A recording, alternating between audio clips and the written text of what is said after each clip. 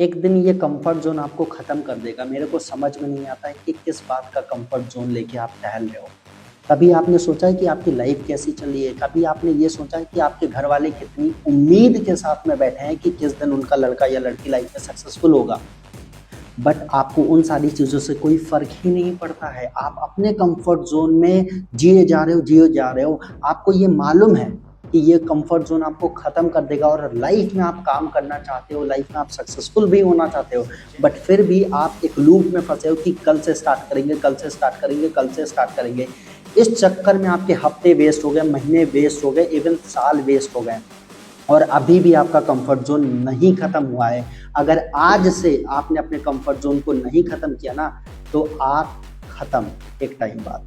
और आप खुद नहीं ख़त्म होगे, अपने घर वालों की, अपनी फैमिली वालों के जो सपने हैं ना, उनको भी ख़त्म करोगे, राइट?